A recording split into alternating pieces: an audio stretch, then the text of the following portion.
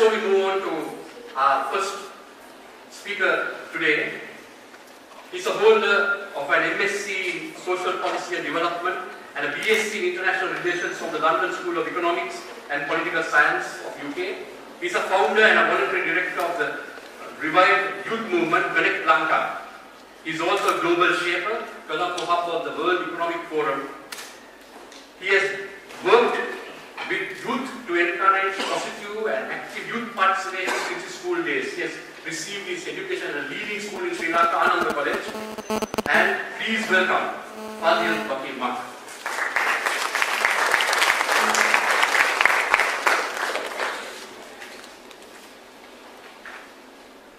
Assalamu alaikum. Good afternoon. Dear respected elders, dignitaries, colleagues, friends, ladies and gentlemen. Let me first thank the organizers of this event for inviting me to address this distinguished audience. It is indeed an honor. Thank you very much. When my dear friend Asanga first invited me to speak at this event, I thought to myself of the importance and the timely nature of this gathering. The same reasons what makes it timely and important made me accept this invitation, and hence I stand before you today. The reasons are several. Some were pointed out by the speakers before us, but most importantly for me, because I see there's a start and a rise in ethno-nationalism in Sri Lanka. Because we see the start of a relative, in a small nature, a youth polarization on the lines of prejudice. And also because of a comment made by a youngster on our the recent visit to Jaffna. He said, the good now has become bad, the bad is good. And said, there is so much that young people have to do to achieve long-lasting peace in our country. Because we also see, what Professor Rohan pointed out earlier, a rise in Islamophobia, targeting one religion, religious community, use of social media sites to spread such hatred and communal disunity. And to tell you, and to be very honest, actually when you read some of these remarks, it gives you shivers, a chill, a worry sometimes. I accepted this invitation also because, like Jawaharlal Nehru said, on the 14th of August 1947, when India gained independence from the colonial rule, I quote, a moment comes, which comes but rarely in history, when we step out from the old to the new, end quote. This is our moment for change, a moment to reconcile, a moment to stand up against the narrow lines of viewing each other as a majority or minority, a moment to love, not to hate.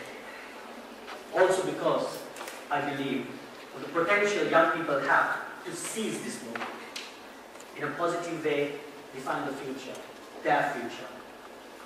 One where we all coexist, understand and respect one another.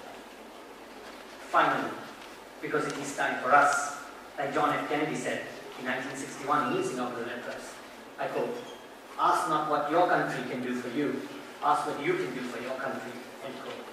And this is the time we can certainly step up for our country. So, ladies and gentlemen and friends, why is it that religious coexistence and positive youth participation is important in the process of reconciliation? First, let us look at the meanings of these and why it is important. Reconciliation. It is about restoration of friendly relations, to settle or to resolve, to become compatible or consistent, and also it is about the action of making one view or belief compatible with another. Coexistence. It is about people existing, coexisting in harmony, despite different ideologies or interests that they believe in. And in participation. Why am I using the word participation? Because it is about the importance of taking part in the process. That's why participation is important. And then youth. Half of the world's population at the moment currently under 25. That's a staggering 3.5 billion people, young people. In Sri Lanka, 19 to 29 are young people. The youth minister recently quoted 26% of Sri Lankan population are between 19 to 29. So there is a so-called youth population. This is often discussed in a negative light. It is considered a challenge to sustainability and to development in a country. However, there is an increasing number of literature, case studies showing otherwise, highlighting the important catalyst role that young people can play in a developing country. Changing the norms of the past, correcting the mistakes of the past, and standing up for solidarity, equality, respect, and coexistence. Religion, on the other hand. In our part of the world, in our society, in our family, religions display a vital role in defining who we are and how we should coexist with one another. All religions promote love, not hate. Buddhism, for example, tells us how people can live in peace and harmony if we abandon negative emotions such as anger in our minds and cultivate positive emotions such as love and compassion. I quote King Ashoka, "The faiths of others all deserve to be honored for one reason or another. By honoring them, one exalts one's own faith and at the same time performs a service to the faith of others." End quote. In Islam, in the Holy Quran, in Surah Al-Hijr 49:13, Allah subhanahu wa ta'ala tells us, "O mankind, He created you with a single pair, from a single pair of male and female, and made you into nations and tribes, that ye may know each other and not ye may despise each other. Verily the most honored of you in the sight of God is the most righteous of you. And God has full knowledge when His will acquainted." Hinduism, on the other hand, they promote the notion of unity in diversity and the values that surround it. Christianity, or biblical verse states, "And over all these things, all these virtues put on love, which binds them all together in perfect unity." So it's clear. So it's clear. Religions do not promote hatred, but rather love. And love is important in this process of achieving meaningful and true reconciliation. Therefore, let me echo a few striking sentences from this lawyer, Clarence Darrow, summing up in court in 1926, when he was defending Henry Sweet, which struck me instantly. I quote, "I do not believe in the law of hatred. I may not be true to my ideals always, but I believe in the law of love. And I believe you can do nothing with hatred." End quote. Ladies and gentlemen, now let us look at where we are now, what is being done to highlight the importance of religious and community coexistence and positive youth participation. For me, and I'm sure for most of you, my country, my motherland, stands on the basic principles like democracy, multi-party, multi-faith, multilingual, and multiculturalism. So in such a diverse country, community, actions and activities like the following are noteworthy and should be promoted to highlight the importance and the role that they can contribute in achieving reconciliation efforts.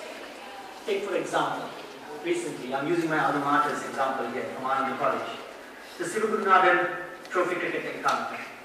Sivagurunadan sir was a past teacher at Ananda College. This trophy encounter is between Ananda College and the Jaffna Hindi College.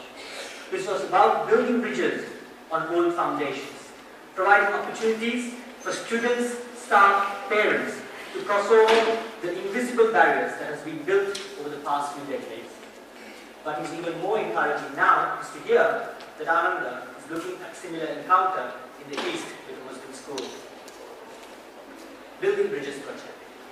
Connect Lanka, the youth voluntary organization that I'm part of, we are partnered with a young Princeton graduate who is leading a children's theatre art initiative. The project has two objectives: to nurture confidence and creativity among formerly displaced Sri Lankan youth from diverse ethnic and religious groups, and to harness these skills to affect communication and conciliation. The Building Bridges project is bringing together children from Muslim community in Mana and Tamil community bordering Mulattivu, and is part of a series of initiatives that we are undertaking to create lines of communication between all communities. Interfaith society. At Asian International School, my brief stint there, we founded a society that serves for students from all faiths. There were definitely objections. It was not without. And later on, we realized bold moves like that did help us. It built better understanding between students from all faiths and allowed us to understand their religions and also to celebrate their festivities together. Peace Summit in 2005.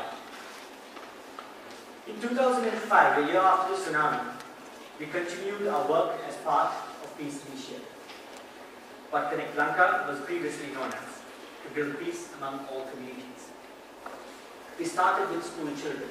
We held an essay competition under the theme of unity in diversity, and we selected a few hundred students from that competition and invited them to be part of this summit.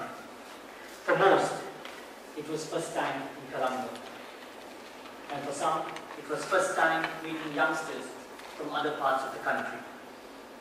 And for others, it was first time meeting someone from a different religious and a linguistic background. These are some of our tiny efforts contributing towards a process of peace building and strengthening communal and religious harmony. There are certainly more, and I'm sure the distinguished panel here and also the rest of the speakers following me will highlight many, many more. But the question is it enough? Can we not do more? Certainly we can, and we should. That's my firm belief. I see a few areas where we can improve in this process. To start with, we should denounce the promotion of religious hatred and promote a culture of love. Provide enabling environments for youth to participate and promote the basic principles that underlie true and meaningful reconciliation. We need to promote and further strengthen the existing efforts that are being done. We also need to work with the diaspora more. Conducive environments to do such work is needed, especially with the youth diaspora. Let me quote Kisara Devasurendra. He noted this at the French Sri Lanka Diaspora Youth Workshop organized by What's Next on post-war reconciliation dialogue for sustainable peace. I quote, "Changing a mindset is hard to achieve, yet a change can start, but it needs commitment. The diaspora is indeed a key factor in Sri Lanka's image, as they are the interface between the country and foreigners. Moreover, it remains a main artery of the peace-building process." End quote. We need to create, ladies and gentlemen, environments where we can have a dialogue, where we can interact between all communities, support and strengthen existing efforts, whether they be small or large, by young people. Inclusion of parents. I believe the parents play a crucial role. They influence what is it that they want to leave behind for the future generations. So their involvement, for me, is vital. The development process. As Professor Rohan Gunaratne recently noted when we met a few weeks back, he said we should look beyond infrastructure development. I agree. And I think, as he said, we should pay more attention to intellectual development, which will certainly help the process of reconciliation. In all these processes, ladies and gentlemen, we should include. Inclusion is important. It is a must. Every woman and man, every girl and boy from all backgrounds should be included, and they need to be heard. So in conclusion, what is there to understand is quite simple. You can be from the north or the south, east or the west, whether you're Sinhala, Tamil, Muslim or Christian. You're still certainly Sri Lankan. And this is what the majority of Sri Lankans believe. So I'm certainly not a minority. I am the majority, who believe in a society that cares for one another and spreads love and not hatred. That leaves us, however, a question. Are we to forget about this golden opportunity that we have in our hand to reconcile with one another and give room to narrow-minded individuals who are trying to break our social fabric and take our country back towards where it was and the dark era that we came out from? Or are you going to sit back and watch and let others do the job? Or, as Nehru stated, I quote, "Are we brave enough, wise enough to grasp this opportunity and to accept the challenges of the future?" End quote. And will you join the majority of us and start doing your part to make our little lives a paradise on earth? What we need is love. non-trade.